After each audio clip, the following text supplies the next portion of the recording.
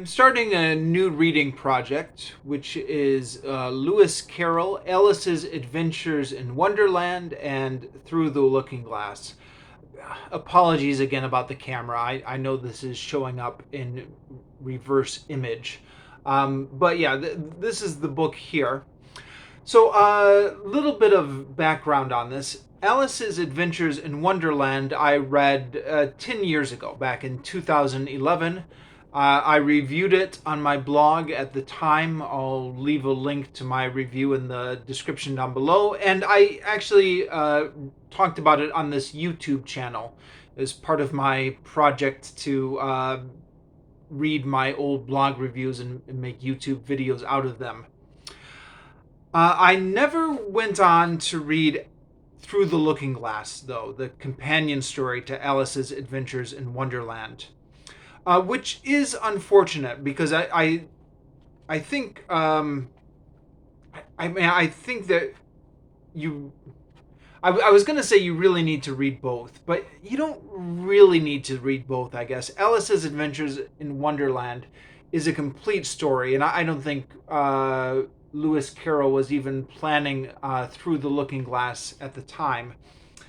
But I think to have cultural knowledge of this, you really need to read both because a lot of the famous scenes that you associate with Alice in Wonderland are actually from Through the Looking Glass. The Tweedledee and Tweedledum, the Walrus and the Carpenter, Humpty Dumpty, all of those are from Through the Looking Glass. I actually haven't yet read Through the Looking Glass, but I'm going off of cultural knowledge I got on Wikipedia and just flipping through it and looking at the illustrations. Anyways, it's always ever since I read Alice in Wonderland, I felt like I should get around to Through the Looking Glass one of these days. A friend actually gave this to me when he was leaving Vietnam. He had bought it in one of the local bookstores here, read it, and wanted to know if I was interested in it. He was getting rid of all his books when he left the country, which is something you do whenever you have to move countries, is get rid of your book collection because you can't take all your books with you. And I said, well, I've already read Alice's Adventures in Wonderland, but I haven't yet read Through the Looking Glass. And he said, just take it. Just take it. And I said, yeah, okay. And I say with some embarrassment that it's sat on my shelves ever since then. And I don't know, that was like 4 years ago now or more that my friend has left. And during all this time, it's just sat on my shelves. And obviously, I was not in a big hurry to read it, and yet at the same time, I hesitated to get rid of it because I did want to read Through the Looking Glass at some point. I think what I'd like to do now is just read the whole thing. So reread Alice's Adventures in Wonderland, and then go on and read Through the Looking Glass next. I'd like to reread Alice's Adventures in Wonderland for a couple reasons. One, I'd like to have it fresh in my memory when I start Through the Looking Glass, just so I can compare them better. I don't know if there would be any continuity between them. I mean, other than them being both about Alice, but if there is, then I'll be better able to catch it. And also, I've been trying recently to get more into the habit of rereading stuff. If you've been following this channel this past year, you know that in this past year alone, I've been rereading a number of books I haven't read since childhood. I used to be of the opinion that there's only a limited amount of time to read, and there's so many classics I haven't gotten around to yet that I don't have time to reread stuff. But more and more I've been coming around to the idea that rereading stuff is part of reading. Because, you forget stuff, you're going to forget stuff over time. And so I've been trying to include more rereading in my rotation. So that will fit right into that. And yeah, but by the way, this is a direct influence of BookTube. People on BookTube talking about rereading books has made me more aware of the need to reread it. So thank you, BookTube, for that. Um, yeah, I did actually. I said in when I reviewed Alice's Adventures in Wonderland, one of the things that I said about that in my original review is that when actually, I should back up a minute. I did Alice's Adventures in Wonderland as an audiobook when I did it 10 years ago, which is perhaps yet another reason to revisit it is because I think some of those, yeah, my thinking on audiobooks has changed over the years, and I'm beginning to think more and more that books I've done by audiobook don't really count, or don't I don't absorb them always in the same way. So that's another reason to go back. But when I did it as an audiobook, there were a lot of things that I didn't really get until I read the Wikipedia entry after I had finished it. Wikipedia alerted me to the fact that a lot of the poems in Alice's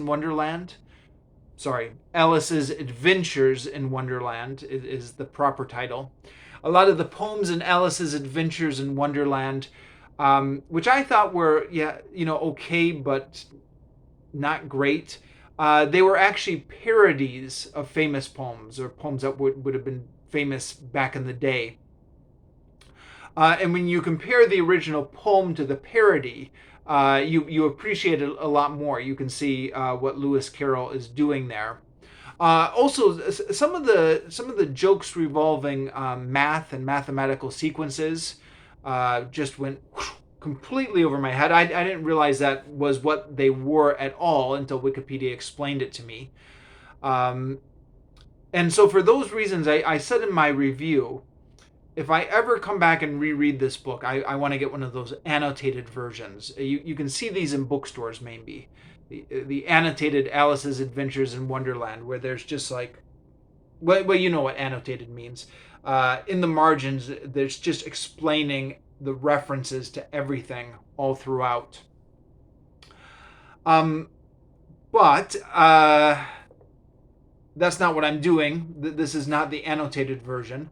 So this, yeah, I mean, who knows? Maybe one of these days I'll reread this again with the annotated version.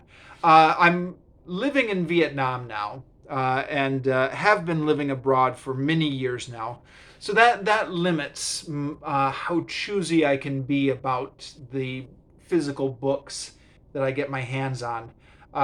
Sometimes I used to delay reading books until I felt like I got my hands on exactly the copy I wanted to get my hands on. But as I've been getting older, I've been moving more towards a philosophy of just read whatever you can get your hands on when you can get your hands on it. I mean, I'm a slow reader, so my slow reading pace will limit what I can get through in a year.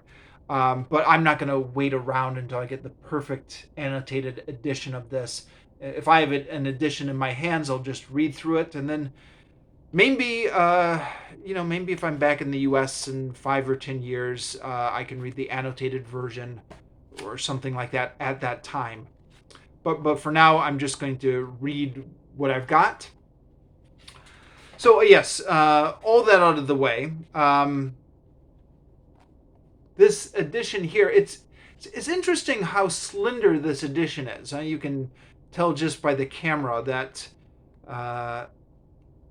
You can tell maybe just by the image on the video camera that this is not very thick.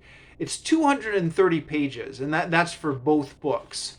It's 104 pages for the first book. And then the second book, that's 230.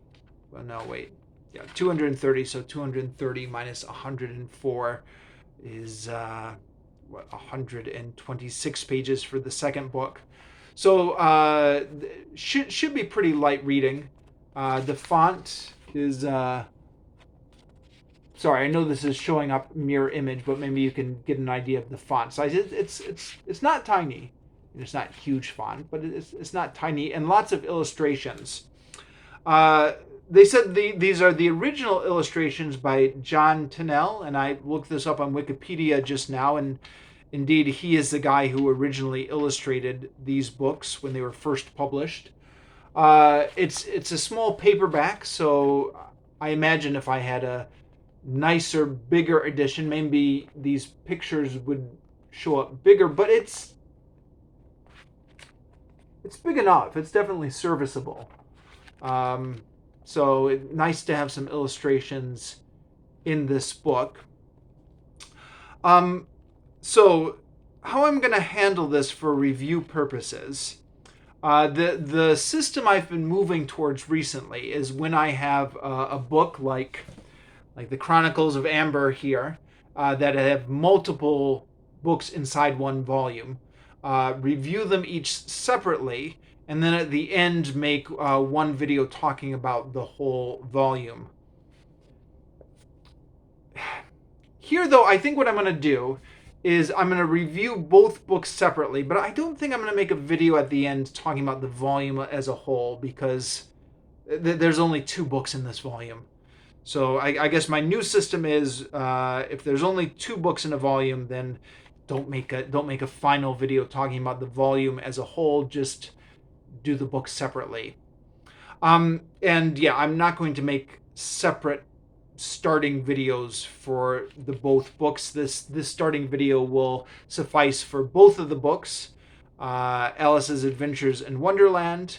So I'll finish that, do a review, and then I'll just jump right into Through the Looking Glass next, and then finish that and do the review without making a separate starting video. So yeah, that's. Oh right, I didn't even mention why I decided to start these books now. Well, partly because I've been making a real effort this year to get through the books on my shelf. So this book has been sitting on my shelf for a while, so it's time to finally get through it. But then secondly, I've been reading The Wonderful Wizard of Oz and was looking that up on Wikipedia. And Wikipedia says it was directly inspired by Alice's Adventures in Wonderland, which makes sense. They're both kind of similar. Girl goes into a very strange land type stories. And then I thought, oh yeah, I've got that book sitting on my shelves. Time to finally read it. So yes, they're such short stories that I can't imagine it will take me too long. Of course, I am busy with work and other reading projects and stuff like that, but I imagine I'll come back fairly soon with the review of this. Yeah, so that's it.